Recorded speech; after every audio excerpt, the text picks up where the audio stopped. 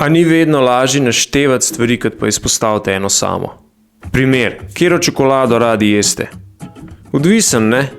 Twix je fajn, Snickers je fajn, Frutabella ni švoh, Ferrero Rocher, Raffaello, Gorenka z lešniki, ja.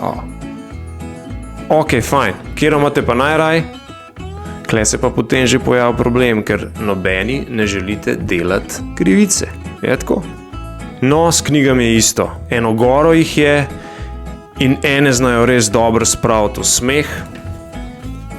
Recimo, ene zelo dobro učijo v kakšni specifični stvari. Ene se pa sam fajn bere. Sploh ne veš za kva. No, ali pa veš. Ko nekaj želimo izpostaviti, je torej dobro vedeti za konkretno kategorijo te zadeve. In če je meni za napot najboljš una črna Frutabella z gozdnimi sadeži noter, mi je med knjigami za samo pomoč, duhovno rast, osebnostno rast, kakorkoli že temu pravimo zdaj, najboljša učbenik življenja. Če še nimate te knjige, dajte si jo sposoditi ali pa nabaviti. Če ste pa čist na komod in če šparate z nakupom knjig, pol je pa v opisu tega videa za vas link do PDF različice učbenika življenja. Pa en nasvet, preberite jo večkrat, ker vas na vsako branje bolj navdušati. Čisto enostavno zato, ker vam bo, ali pa vsej meni je bilo vsakič malo bolj jasno, kva želi avtor povedati, vse skup mi je ratval malo bolj logično. In kdo je avtor te knjige? Avtor te knjige je Martin Kojc. Rodil se je pred 121 leti, njegov vzdevek je bil pa Iki. Pojma nimam zakaj.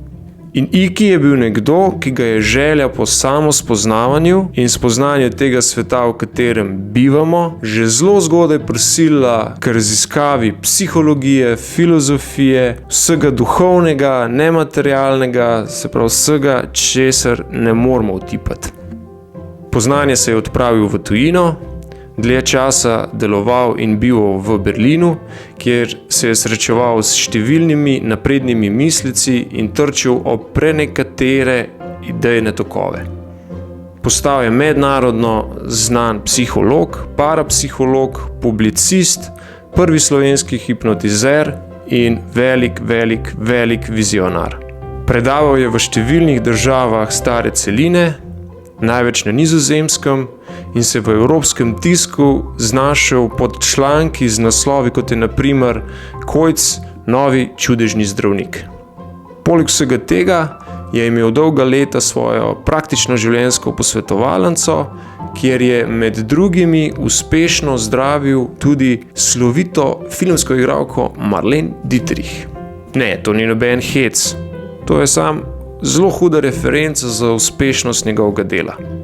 Ampak ko je Dolfe, vsi vemo, koga imam v mislih, začel svoj neslovit pohod po Evropi, se je Iki moral vrniti v domovino, v svojo rodno naselje, vas, Središče ob Dravi. Tam je do konca svojih dni, do smrti leta 1978, pilil svoja dognanja in nam jih pustil v večjih knjigah, ki so največji odmev doživele v tujini. V zadnjem času, na primer, izjemno navdušuje Joe Dispenza s knjigo Placebo ste vi, v kateri v jeziku moderne znanosti razlaga o moči naših misli, kako nas lahko te zdravijo ali pa nas po obrokih ubijajo. In izpostavlja neizmerno moč in zdravilno vrednost tega, kar se nam poraja tukaj noter. In to je že več kot 100 let nazaj učil tudi naš Iki.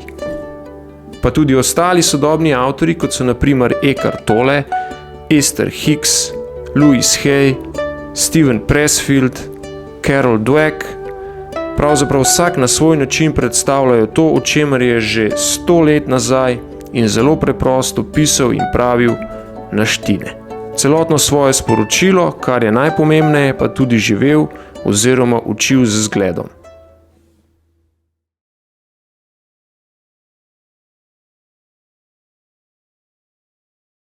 Martin Kojc je menil, da imamo omejen pogled na svet, dokler ne spoznamo, da vse izvira iz naših, ponavadi napačnih duhovnih usmeritev.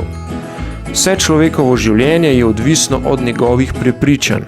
Tudi trenutna kakovost našega telesa in zunanjih razmer izhaja iz njih, je dejal in opisal, kako je zdravil bolnike na podlagi spoznanja, da je odločilna njihova vera v njihovo lastno zdravilno moč.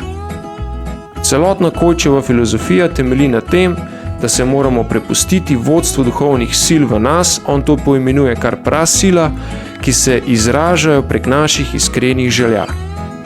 Kojić pravi, da moramo zaupati v življenje in v vse to, kar nam ponuja. Ne pa, da iz dneva v dan skušamo kar nekaj izsiliti iz njega, da smo tako preklemansk tišasti, brekal na Gorenjskem, ejga. Trdi, da naša misel usmerja našo usodo, odloča o vsem materialnem in je zmožna graditi in rušiti tudi naše telo. Njegovi nauki so združevali krščanstvo, budizem in vse druge mislece, ki so namesto v glavi resnico iskali v srcu. Glavnino svojih odkritij je na nekaj 10 straneh brez pretiranega kompliciranja v izrazoslovju zapakiral v knjigo Učbenik življenja. Takole zgleda in res prav vsak stavek v tej knjigi nas zna prizemljiti, nacentrirati, pomiriti, potolažiti ali pa nam samo pomaga, da znamo pogledati na življenje tudi z kakšnega drugega zornega kota. Res super zadeva. Šele ko zdravja in uspeha ne izsiljujemo več, bo prišlo. In zdravje in uspeh. Sreča pride šele potem, ko smo se ji odrekli. Ničesar hoteti pomeni vse zaželeno dobiti.